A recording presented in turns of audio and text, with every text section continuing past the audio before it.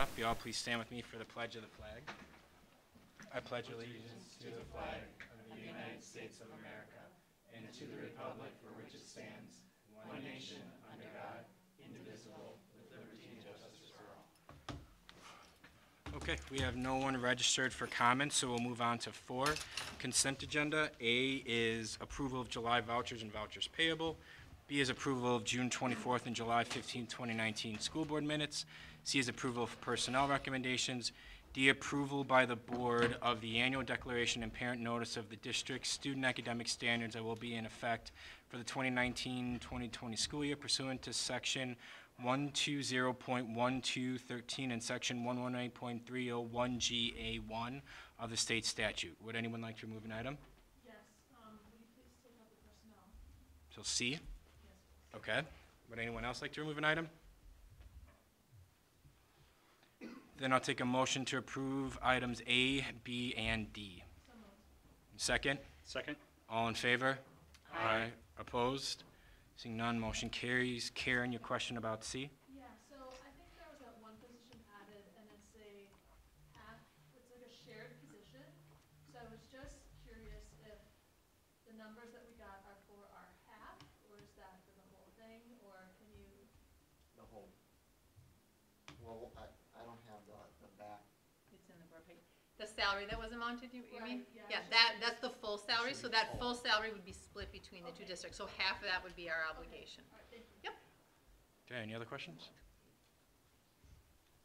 Okay, then I'll take a motion to approve item 4C. So moved. Second? Second. All in favor? Aye. Opposed? Motion carries. On to action items. A is at-risk coordinator. I'll take a motion to approve. Second? Second. Any questions or discussion? Yeah, so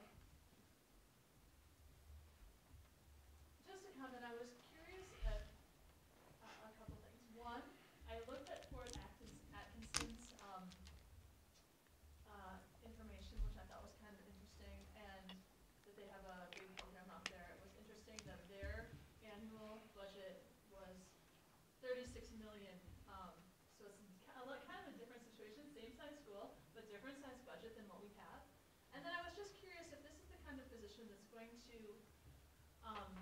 make itself obsolete over time, or if it's going to switch from more of a active to more of a prevention mode. Because it's our goal, I mean, realistically, it's our goal to get the number of at-risk kids down to 0, you know? And so I was just curious about the outlook on that. Yeah, I think what I would say is that, obviously that would be great. Oh, yeah, sorry. Everybody can make sure your microphones are on, Sorry, please. my mic wasn't on.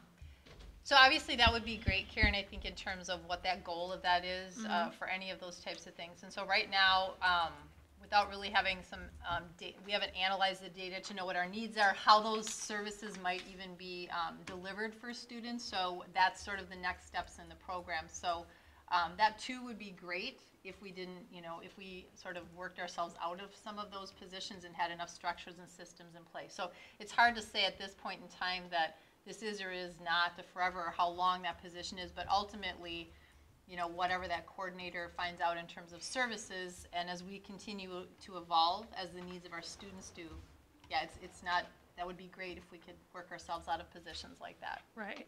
And then, I had one more question, and that was about overlap with social workers and overlap with guidance counselors. Mm-hmm. So will this person serve as the social worker and guidance counselor, or will it be like teaming with both of those departments for kids who are identified at risk?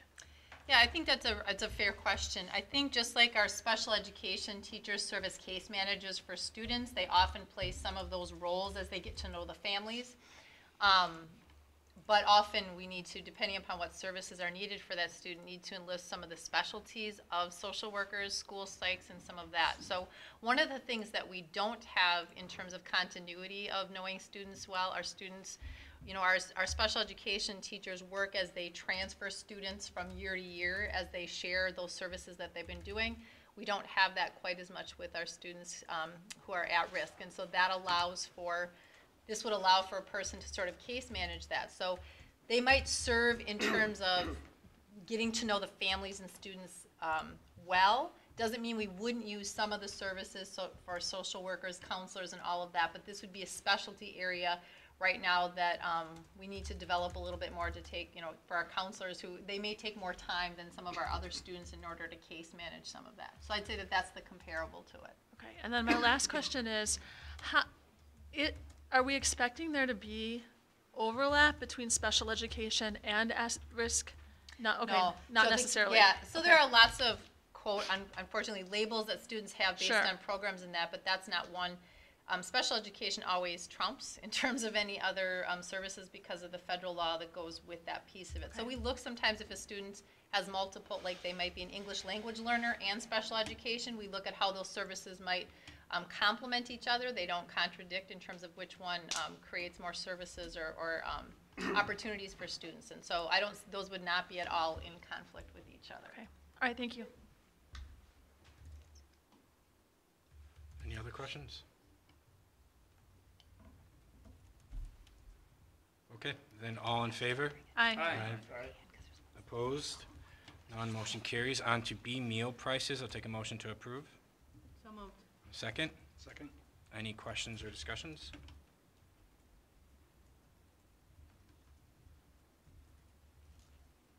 Okay, then all in favor? Aye. Opposed? Seeing none, motion carries. On to C, middle school furnishings per board policy 6320. I'll take a motion to approve. So moved. And second? Second. Any questions or discussion?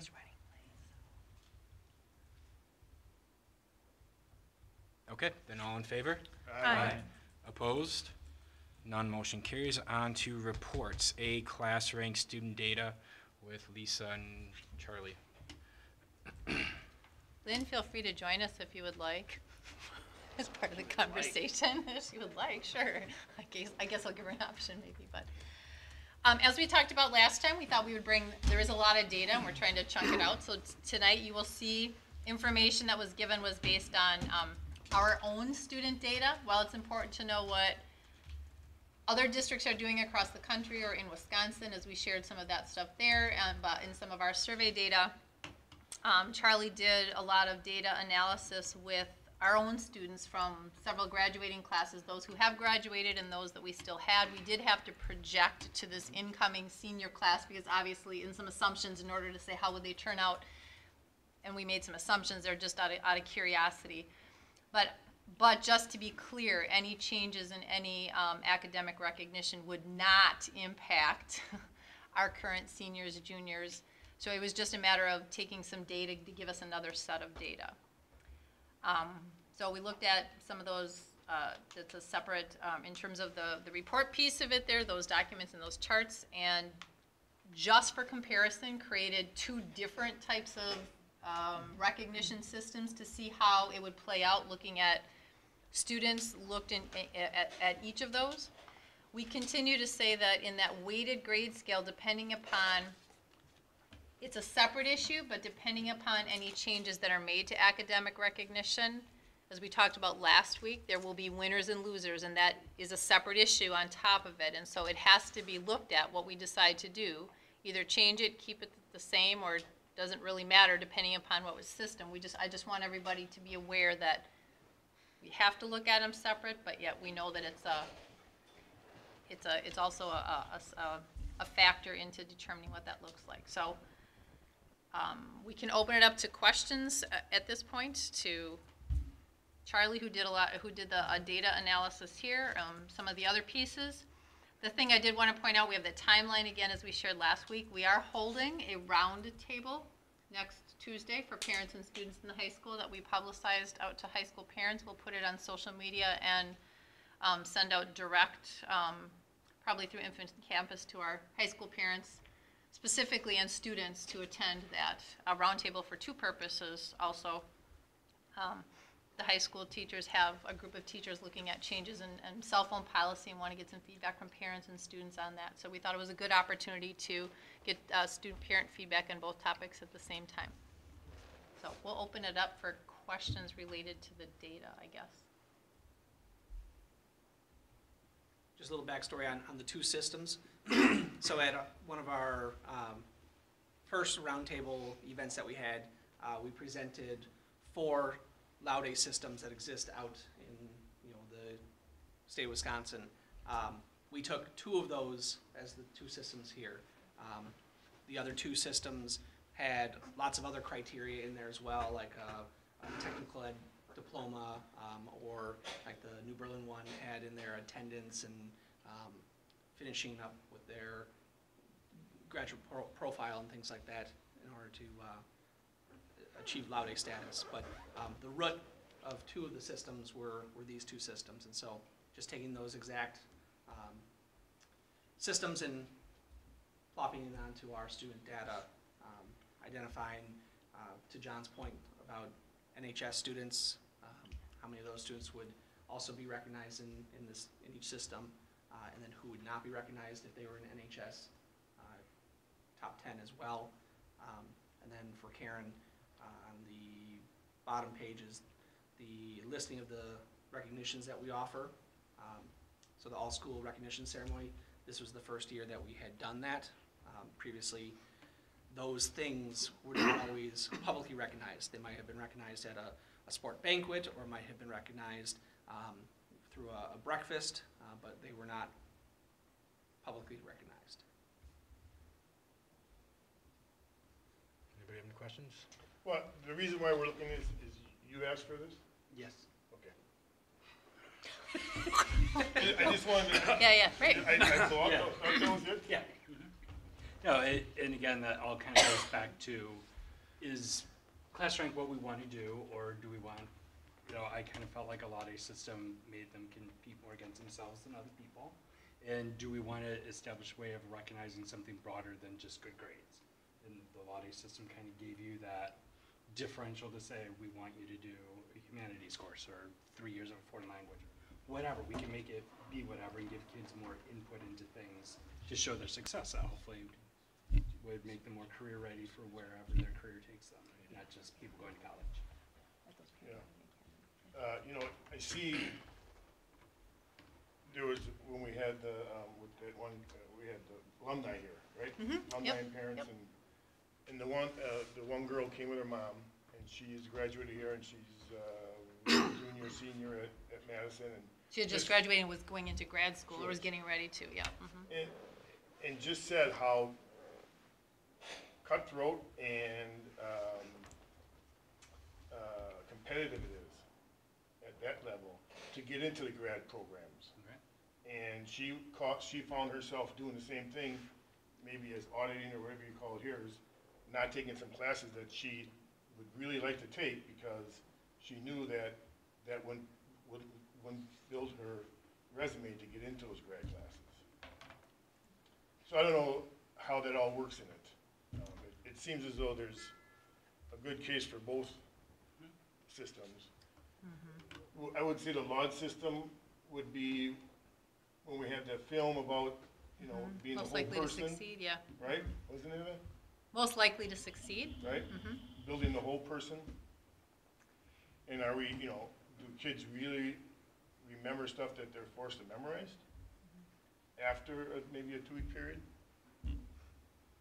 I think the other part too, in addition to Stephen's request, we had the request for a couple of years through our Parent Learning Academy. Students had brought it our attention. The weighted grade scale was brought to us by a parent whose daughter just graduated this year, but brought to us as a junior, and we said, and all of a sudden we started the reasons, and then finally when, board members said, it was like, okay, we need to look at it, at least be able to explore it. And I don't disagree, Quinn, and what we're hoping to do is not to create a system that isn't competitive at all. The question is, who are you competing against? Yourself and the system versus the methods that we're trying to do, because we're not going to get rid of competitiveness, nor do we think that that's necessarily a great idea to say that there's no competition. Right. But at high school, we educate like all students, and when students choose to go to a highly competitive university, part of that is, you know what I'm saying in terms of all of that. And I don't know when you look at the numbers that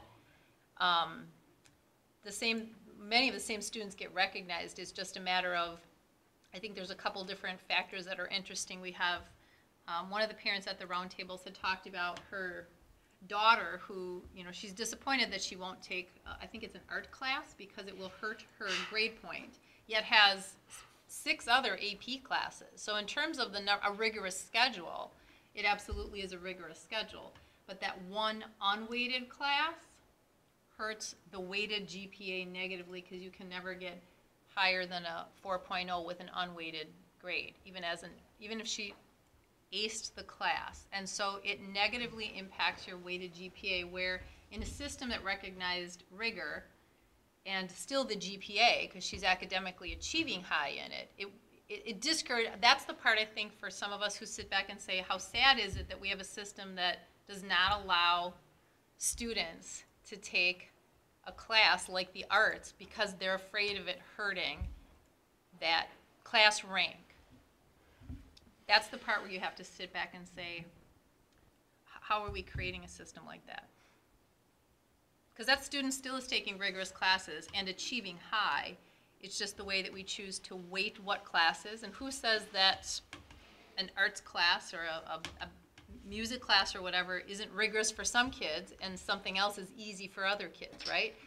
If we had a perfect grading system and a perfect metric for saying what's rigorous and not for some kids, but we feel like this is comparable in terms of measuring that rigor and measuring they still have to academically achieve well. So trying to find that balance, and again, it's a system, and there will always be people that play the games or the rules with the system.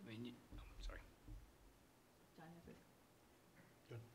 So to your point about, what may be rigorous for one child is not for another. Well, we are the ones, or you're the ones that establish that this class is more rigorous and therefore, meets AP standards and that kind of stuff. So we may not say to a student, well, this class is harder for you, so it'll be an AP class for you. But we do establish that this is an AP class because of the rigor, and this isn't. So I don't really understand your point there, just because, if you want an AP level music class, come up with one, you know what I mean? But you have that in all subjects, where some subjects are tougher for this child and not for this one, and vice versa. So to me, I don't understand that point at all. However, another thing I don't understand is why we keep discussing, I keep hearing this language of it's class ranking or laude system. And last meeting you guys were saying, well, no, it doesn't have to be one or the other. But here again, we talk about it's one or the other. And the language used keeps coming up like, well, that's what you're going to put forward. And yet, last meeting you admitted you didn't have all the data in to decide what to do. But that is already what you're planning on putting forward. So I don't understand how that works. But I'm saying is multiple systems in place, whatever it is that can inspire some child to try harder or to reach for something, I don't see how that's a lose in any way. I think in answer to your class rank versus laude, I think it's kind of mislabeling the terms. When I'm saying class rank, I'm saying only class rank versus a laude system, which incorporates elements of a class rank to it. It's, to me, just the laude system is a little more comprehensive, but not abandoning the class rank in there, because that's partially in it too. Is that what they mean? That may be what you mean, but is that what they mean? Well, Yeah, the two systems can run simultaneous. But is that what you're planning on? Is that what you're proposing, or what you think you might be We proposing? don't have a proposal yet. We just brought to you the data at this point. So could we, to your point last time, could we have class rank still exist and be a number that students can still see? Absolutely. Can we have a laude system at the same time? Absolutely. We choose then what do we want to identify as our recognition then. So in these systems, we would be recognizing, instead of the top 10%, recognizing roughly 20% of students who qualify for a laude system, or laude ranking. Class rank, we could still say, yep, this is the student who had the highest GPA, this is the student who had the second highest GPA. That could still exist. Or these are the top 10%? go ahead, Karen. So I have a question about how class rank is given to students, and I'd like to confirm what I've heard, and that is that at every semester report card, class rank is on the student's report card. Is that correct? Or- Yes. Yes. So every semester you would know, am I number 1, am I number 2, am I number 15? I have a question about that, because I think that might be too much information for kids as they go along, especially if they're comparing notes and very concerned about things like Valencel. So I think it might be okay for us to track it, but I don't necessarily think that it's appropriate for us to share that out to kids every single semester. When I was in high school, we didn't have that class ranking. I mean, there was a class ranking, of course, but you didn't know it until, I mean, you found out who was the valedictorian, I don't know, like a couple months before graduation. And it was no big deal. But if kids are ranking themselves among their peers every semester, I can see how that drives a hyper-competitive environment. I'd say that the people that are driving for number one, number two, whatever it is, the kids, the parents, they want that information right away. And just withholding it from them, and I know some districts do it where you need to log in or you need to request it. It's just an added hassle that parents aren't going to appreciate, nor either are the children. I mean, I back to what John was saying, I think the top 10% is a meaningless, arbitrary thing. Top 10, top 20, who cares? I like the system of Law Day, but I also like the idea that we can throw or keep class rank in there because it is meaningful to some people, it matters. But I also appreciate, okay, you put in the work, you got a 3.8 or higher, you should be recognized even if 7,000 kids got 3.8 or higher, you still put in the work. Agreed. So I still think there is that value in the competition because that is the real world, it exists. Like you said about the student talking about going to grad school. If every single person there got a 3.0, it's going to be a little more difficult to discern who's the best among the group versus if she's got a perfect GPA and she knows what she has to do. I mean, that's how the real world works. That's how the job force works. I think there's value in that. So kind of as an added thing to even consider with all this is you could make part of this proposal getting rid of the weighted grade point system. I mean, we still have class rank, but then to get the allowed points, you still have to take advanced classes. So that would be the impetus to do that. That would open up the doors to people taking non-weighted classes so it wouldn't hurt their GPA. But then we'd probably end up like, I forget which high school in the city had 11 4.0s, which I don't have a problem with that. It was But- Rufus King. Yeah, it was Rufus King. Top school. Yeah, so I mean that could very well happen if you don't have the weighted system where you have that kind of a little bit more gamesmanship. But it's certainly something that if you incorporate that with the Lottie system, you're still rewarding the people who are doing the more rigorous schedules. But they don't have to, depending on what you set up as your criteria. But then if it could just be the same game under a different name. If they're then gaming it with trying to shoot for the Law Day points, Sure. You know what I mean? So Well, and again, you could set up however it is. You can say you have to have 12 honors courses during your career. They can be in anything. They don't have to be math, science. They can be language. It gives them a little more ability to pick and choose where their passions are versus following away if that's what they want to do. but does it do them service for preparing for it's kind of a different, I think a little bit different subject, but does it do them service for preparing for what they want to follow up with too?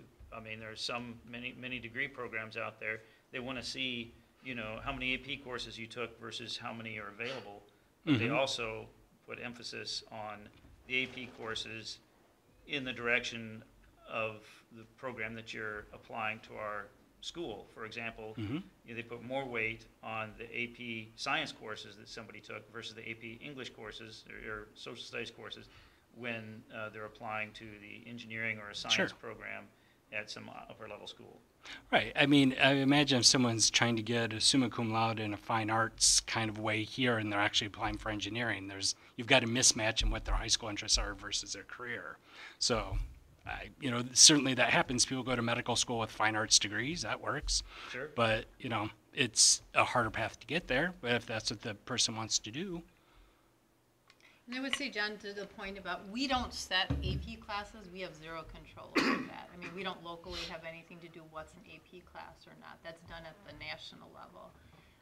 And we do we decide what to offer, though, is my point. Correct, in terms of offering, I just wanted to clarify that. We do have AP Music Theory, we have AP Art, and we have, what was my other fine arts? I was just trying to think. So, and there's a range of, the AP classes are not just in the core academic, languages, the world languages, we have them in there too. So there is, to that, no matter what your interest is, I think you're going to find, but I don't think you can avoid having some core content AP classes, whether, they don't have to be in all 4 core contents. Typically, students are in a humanities-based, like, hey, I'm good at English, social studies, or might be a math science, typically.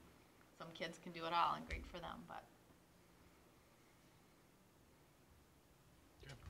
Any other comments? Yeah, so I just wonder about what this looks like then for kids who aren't taking AP classes. You know, are they totally left out of this kind of honor system? Because it seems like there's emphasis on weighted GPA and on semesters of advanced coursework. If you go to the pages that are on there, it explains that there's different ways to get each level. So like if you take higher advanced classes, or you take 35 semesters in the one thing of advanced coursework, you might need a 3.3 GPA versus if you take lesser of those things and more, you know, classes that aren't considered in our mind advanced or however it is, then you just get a higher GPA in those classes. So you can still attain it depending on what you take. I guess I'm just curious. To the point of if a student only ever took regular classes, never took AP classes, right now in the most simplistic form right now, they wouldn't qualify for any of that stuff. If we chose to have a system that recognized taking a tech ed class that received industry certification and you earn points that way, then absolutely someone could get to it in a different pathway. But I think for our demonstration here right now, we want to just keep it as simplistic as possible of advanced coursework times GPA.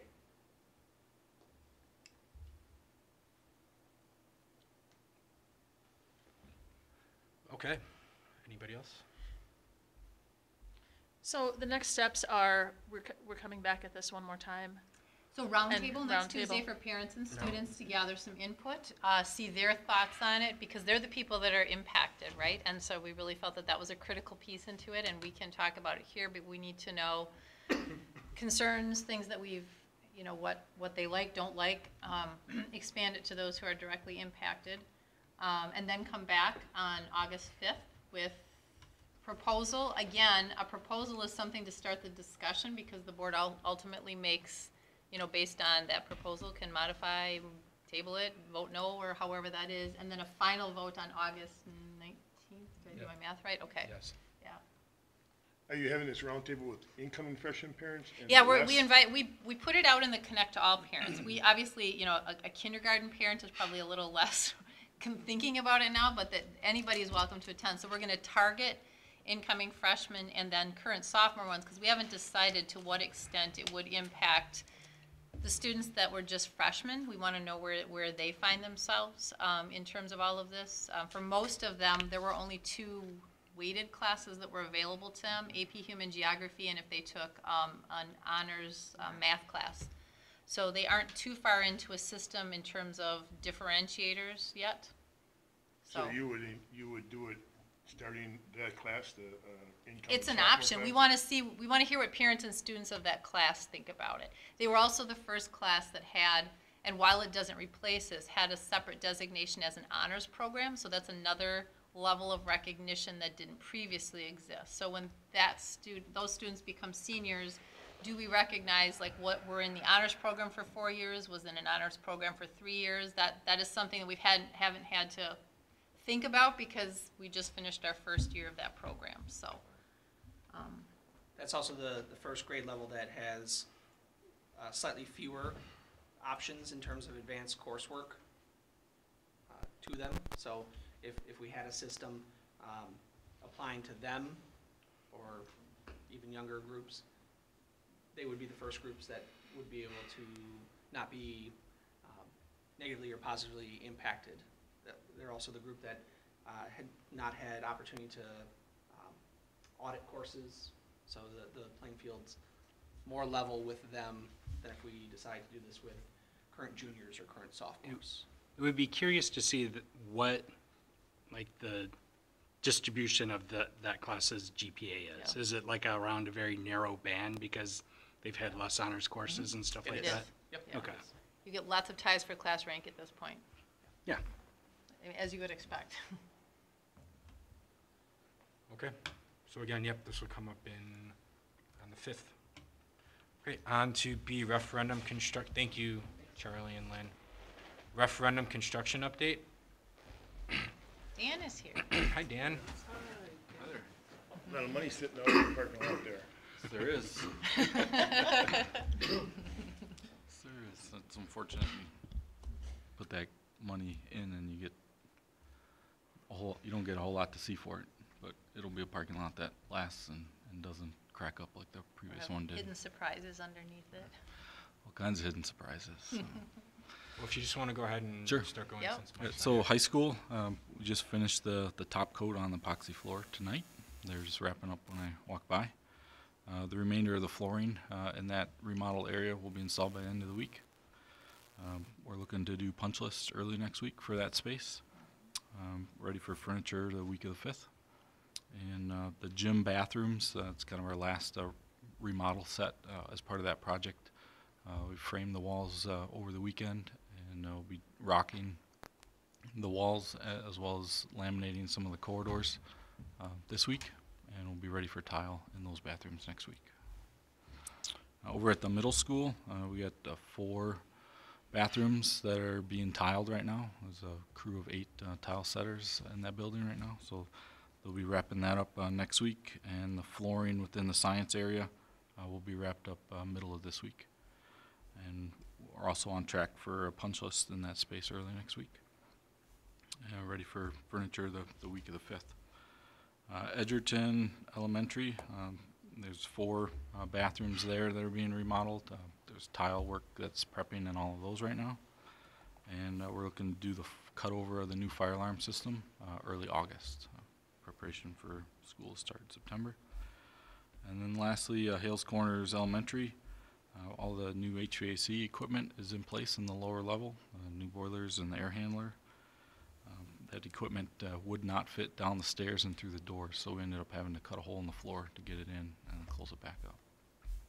Took a little more time than anticipated. The big backhoe was delivered today to start removing the old part of the building at Hales Corners. And we're actually scheduled to slip curbs in that parking lot tomorrow and Wednesday. So that we'll get that back on track. I mean, we did run into a lot of unsuitable soils within the parking lot with buried topsoil, old septic tank, old foundations. There's all kinds of surprises as we dug into that. But it's all taken care of. Stone is in place. They brought in a lot of stone over the weekend to get up to subgrade so we can continue with the curb work. Framing of the walls in what will be the new office area is underway. There's 3 pairs of bathrooms that are being remodeled this summer. 2 of them are already drywalled and tile setters are there. The 3rd set is being framed right now. So we're kind of working through the building north to south right out the door. What school was that? Hales Corners Elementary. I didn't know there were any drywalls in there. Any drywall walls in there? I thought it was all cement block. It's the backer of the bathrooms within the tile room, or Okay. within the bathrooms. There's a few drywall partitions in the office areas as well, but Okay, it's thanks. pretty minor. It's kind of where we're at. And busy summer. Lots is happening. It changes every day, but we're pushing. There's areas at Hales Corners that are farther ahead than we expected, and there's other areas that are a little behind. So keep the foot on the gas and keep going. Mike, anything you want to add before? No, well, sure. The only thing I would add is talking about the soil piece. I'll send out a memo to the board this week, kind of just detailing what that has meant as far as the soil conditions that have been found. It was, unforeseen, obviously, when you're talking about soil conditions. So I'll send a memo kind of detailing what that cost has been to bring in soil that is suitable for what we're trying to accomplish, so the board can get caught up on that. All right. Anyone have any questions? Okay. Thank you, Dan. Great, thank you. Thanks. On to CSWSA report. Oh, wait, we went. You weren't there. Were you? Yeah. No, yeah, I forgot I was looking at you to do that. I was somewhere, Kevin. So when we went to the monthly meeting, we had, who was our legislator there? Yep. We had so we had a legislator. From Milwaukee. Yes, Yeah, from from Milwaukee Milwaukee. visit, just to talk about he was on Joint Finance Committee, and so I think sort of talked about that process in terms of how that went through. Our questions were, as an advocacy organization for public education, were there some things legislatively that we can do differently? And I think one of the things that we found to be interesting is that, we've not been ever in a place where the governor has also been the state superintendent. So obviously is pro-education. I don't think people were quite prepared for what that meant in terms of the budget. And I think after his budget came out, surprised all of us, because I think many of us were just getting happy with, we'll take whatever. And I think the message was, well, we're still not keeping up with the cost of inflation, and so maybe don't just settle for we're okay with whatever, because we had sort of gotten, it started all out by we lost money, and then that whole sort of set the ground for it, where we're finally caught back up to maybe where we were 8-9 years ago. So I think that was an interesting piece. And just in terms of, finding causes that are united together, and special education was one of those. So when you look at the state of Wisconsin, I think special education is something that, regardless of your district, because any changes in the school funding, and that's been the challenge with making changes in the school funding formula, is there will be winners and losers, right? And so that's why we always want to carefully look, and while we love our neighboring school districts, any proposal to the way we do school funding, they might be a winner in it, we might be a loser, so it's going to be really hard for us to support any changes if all of a sudden we're going to get less aid. So that's why that's always been a really tricky subject, especially with legislators, because they have constituent districts that they have to represent, and even in that constituency, they have winners and losers, so they're sometimes split. But there are so his message really was, when there are items that you can unite around, and that's why special education was a much easier sell to legislators across the board, because there weren't really winners, losers in terms of, they have limited resources, don't get me wrong, but in terms of, there were some schools that would benefit over another one. So I think that was a really good factor. I think it was good to hear from districts around the table as we go from Racine, MPS, to tiny K-8s, to a wide range in this part of the state, about what the impact of the budget is for each of them. Because we know what it did for us, but we don't know what that impact was on other districts. And we ended up, doing well for a couple different reasons. It wasn't just because of the governor's budget, but so it's always great to talk to other districts and hear what they're doing in terms of that, and what that message is, and how do we, while we just have this budget, what does it mean for us in year 2? Because there's still once the legislators pass stuff, it's like, well, what does that actually mean? What does that look like? All of those types of things that we work through. And then how do we start making sure that even when we're not in a budget year, we continue to talk with our legislators and keep them updated, because, as he said, they are supposed to be experts in like transportation and Medicaid and public schools and all of these topics, and as much as it's our world, and it might seem obvious to them when we talk about funding, it's not. So to continue to bring them in and just educate them when it's not in crunch time is a really critical piece. So anything else that you can remember that?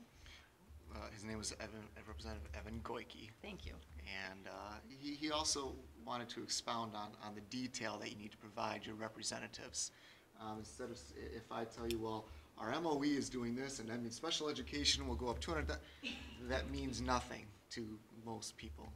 And so to be specific, and well, that means one more teacher, and that means class sizes will be this instead of this, and be a little more personal in what the stories mean, which in my world I usually get caught up in the fun details that I find amusing and enjoyable to talk about, but that's not what they want to hear. And so that was just a different perspective for me to, not different, but to keep in mind and moving forward.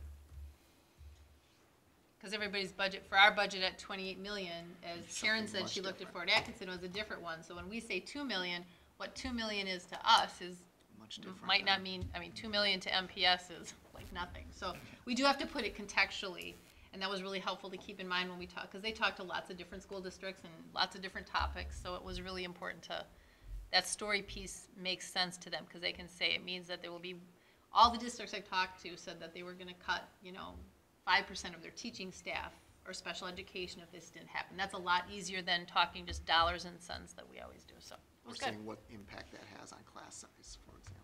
Yeah. Okay. Anybody else?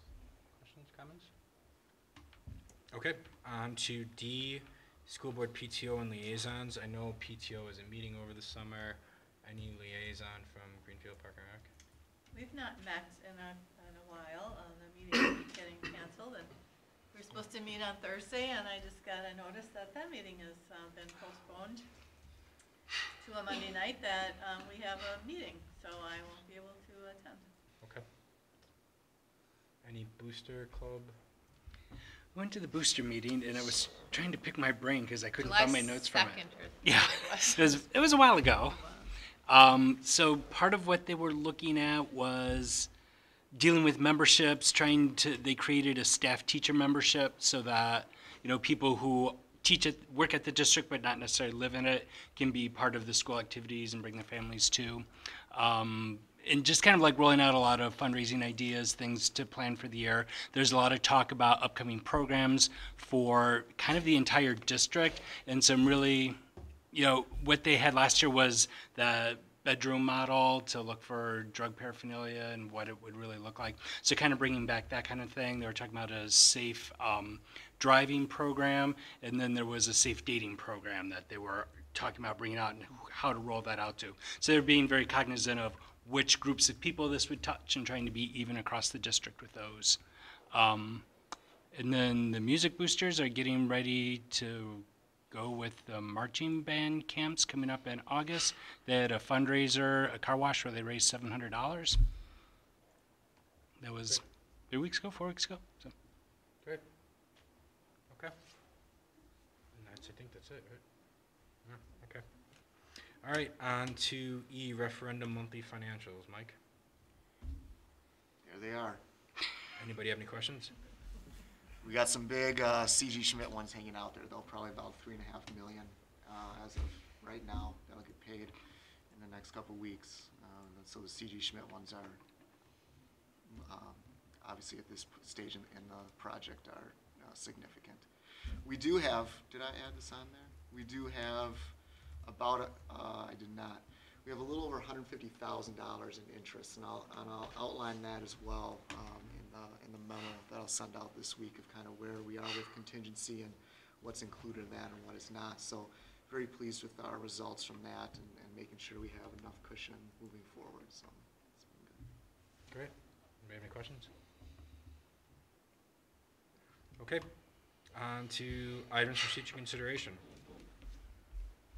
Yeah, so I think we've talked about this maybe informally, but I wanted to ask for, I think we're going to talk about employee turnover and retention numbers and look at that to see kind of where we've come from, trends, and then where that's going.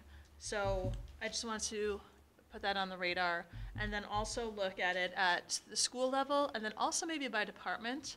It's hard to know just seeing one piece of data at a time, with people coming and going, so it'd be nice to see the whole picture, as well as for departments like special education. Okay. Anybody else? Okay. On to 9, announcements. I do have one. Hey. You should all have an envelope. Yep. Will you be coming? Because this is like the first time I can actually go, so I'm Wow. excited. I think I can go this year. It's been several years that I've been always gone or whatever during this time. So, Jonathan and I, we golfed one year. Yeah, we That was did. quite a few years ago. That was. Yeah, and so anyway, the mini golf is a fundraiser for the Park and Rec department, and it's a lot of fun if the weather is nice. Was it really hot when we Yeah, played? it was. Yeah, that was really hot when Yes. we played, but sometimes it's raining, sometimes it's hot, we just play anyway, so. Yeah.